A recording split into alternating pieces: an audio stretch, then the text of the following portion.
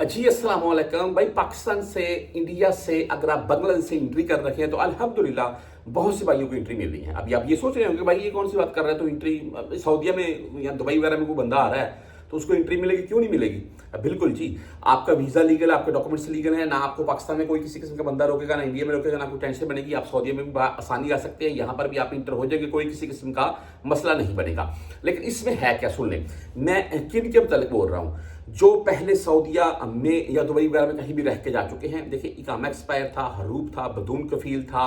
या साय खास आमद मंजूरी वगैरह का कोई इशू था, बदून कफील के जुमरे में पकड़े गए, आप सफारा के रिश्ते चले गए, आउटपोस्ट बनाकर चले गए, किसी एजेंट से काम करवा कर चले गए, कोरोना पाबंदियों में गए, छुट्टी वापस नहीं आई, या अभी छुट्टी जाकर वापस आना चाहती है, तो क्या मामला था? सबसे पहले छुट्टी वालों को मतलब क्लियर कर दूं मैं, हमारा यही ज़हन है कि यही जहन बना हुआ है ना, सऊदी गवर्नमेंट की तरफ से ऐलान जो है कि 3 साल की पहले पाबंदी होती थी, अभी खत्म कर दी गई है। अगर आप छुट्टी जाते हैं तो जाकर आप न्यू वीज़ा से इंटर हो सकते हैं, बिल्कुल हो सकते हैं, लेकिन उसमें आपका इकामा बागी है नहीं है, आपका कफील जब आप गए उस टाइम आपके कफील के ऊपर कोई किसी किस्म का इलीगल मसला था या नहीं है, आपके कफील ने आपकी छुट्टी के अराउंड में आपके ऊपर कोई किसी किस्म का मसला तो नहीं खड़ा किया, आपके कफील के ऊपर कोई किसी किस्म का रेड या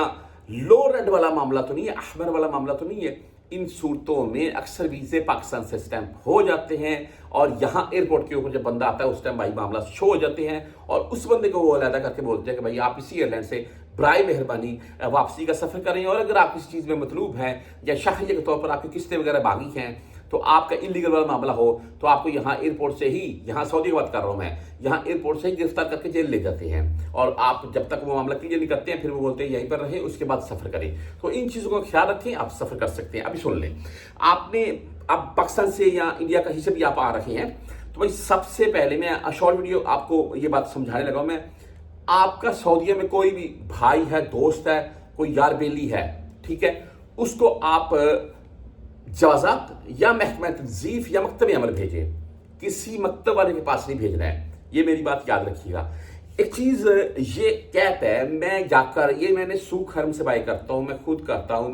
मैं अपनी पसंद की बाई करता हूँ, देख कर अपने सर के ऊपर रख कर मुझे जो फिट आती है वो लेता हूँ। एक चीज़ है कि मैं किसी से मंगवाता हूँ, वो वहाँ से जो उससे अच्छी लगती है या मुझे कलर अच्छा लगा, उसे मैंने बोला फलां कलर की लिया ना, वो उस कलर की उतारता ले आता है, वो कपड़ा इस टाइप का है कि नहीं, मेरे सर के ऊपर फिट बैठेगी कि नहीं, मुझे अच्छी लगेगी कि नहीं, कोई वो कन्फर्म नहीं है। तो देखिए आप जो मसला है ना, उस मसले की दवाई के तौर पर, यानी कि जो आपका मसला है ना उस मसले के हिसाब से आपका पेपर निकले तो फिर उसमें आपके मामला क्लियर होंगे, वरना जवाजात के 20 किस्म के पेपर हैं, आपको और निकलवा लेंगे, उसमें आपका मसला तो शो होगा लेकिन जिसकी आपको जिस दर्द की दवा चाहिए वो उसमें नहीं होगी। तो ये चीज़ है, बंदा खुद भेजे जवाजात, मकतब अमल, महकमा तनजीफ, वहां से जाकर आपके मामला खुद निकलवाए, खुद चेक करवाए। बाकी व्हाट्सएप नंबर मेरा साथ में चलता गया, मजीद आपने कुछ पूछना हो पूछ भी सकते हैं। इसमें यह भी मैं ऐड कर दूं, आप अगर मामला आपका क्लियर आता है तो बिला झिझक होकर सफर करें, नो इशू, नो कोई मसला नहीं है।